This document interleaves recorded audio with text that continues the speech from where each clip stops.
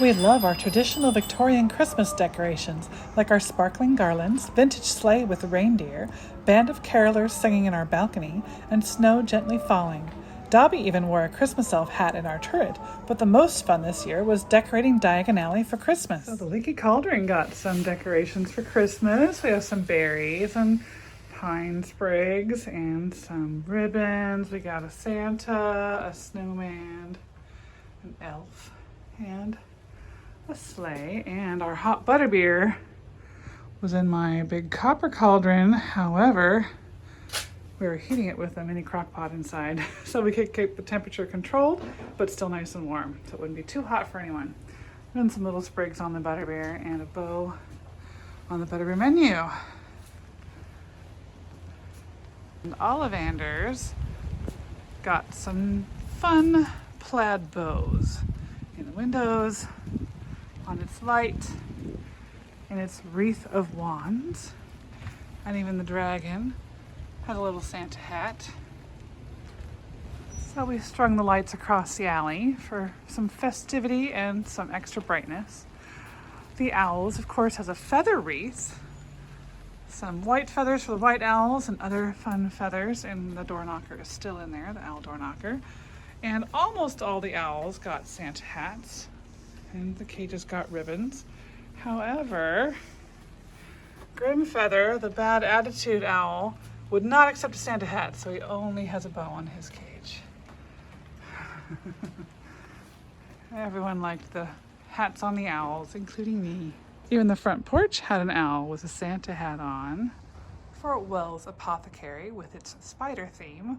What else would its holiday wreath be but a spiderweb wreath form with spiderweb ribbon and more herbs and some carnivorous plants.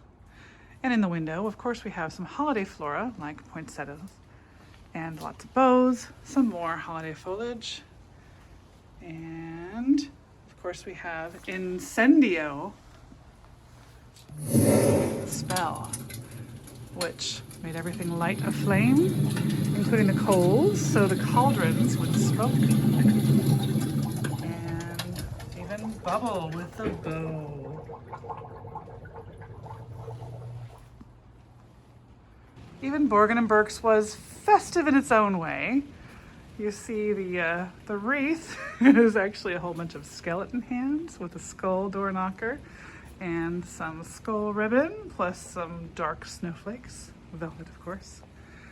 Now in this window, you see there are bows and gifts, but they're all black, white, and silver. Stay in theme. There's another present wrapped for the holidays, and a bow on the frame, and a little more spiderweb ribbon.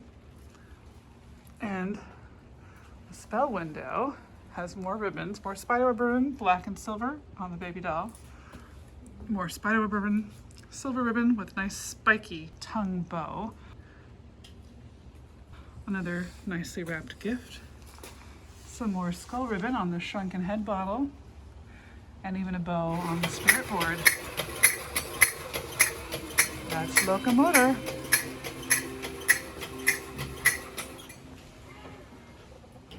For Scribulus, the quill shop, its wreath was a bunch of feathers, like for quills, and some parchment scrolls, and even a music parchment ribbon.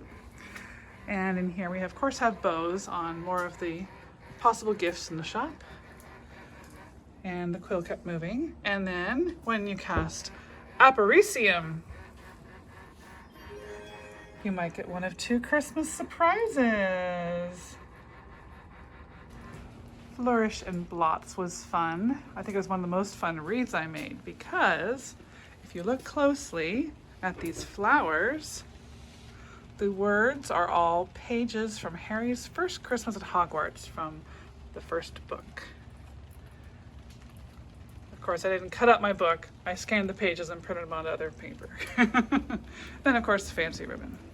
Now, the Monster Book of Monsters even has a festive bow, but I'm not sure he's too happy about it. And we have some bows on possible gifts in these windows, but we also have some new books. We have a reproduction, first edition Christmas Carol by Charles Dickens. Another Christmas book up there. Gilderoy Lockhart got a bow. We have an illustrated edition of The Night Before Christmas. And even L. Frank Baum of Oz fame wrote The Life and Adventures of Santa Claus, which of course I happen to have. And the red bows on the green shop work perfectly. Madame Malkin's was in the perfect snow location when our snow was running. And of course, clothing shop would have stockings on its wreath, plus some very fancy ribbon, I thought. Now we of course have a nice festive snowflake scarf and some festive foliage. And the special has changed to a holiday special with Christmas socks for the house elves. And there was even a Christmas surprise or two in the spell. Multicorphor's wreath. Or Multicorphor's candy cane.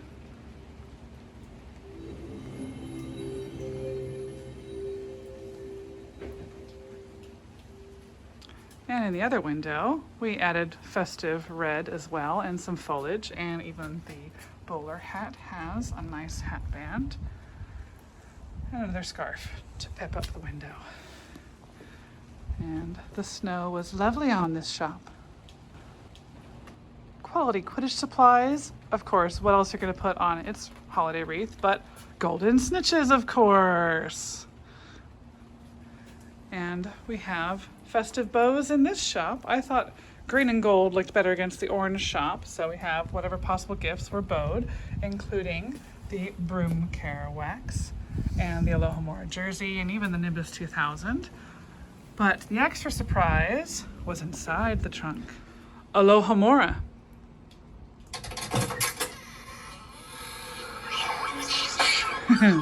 Cornish pixies had infested the trunk, but even they were wearing holiday bows.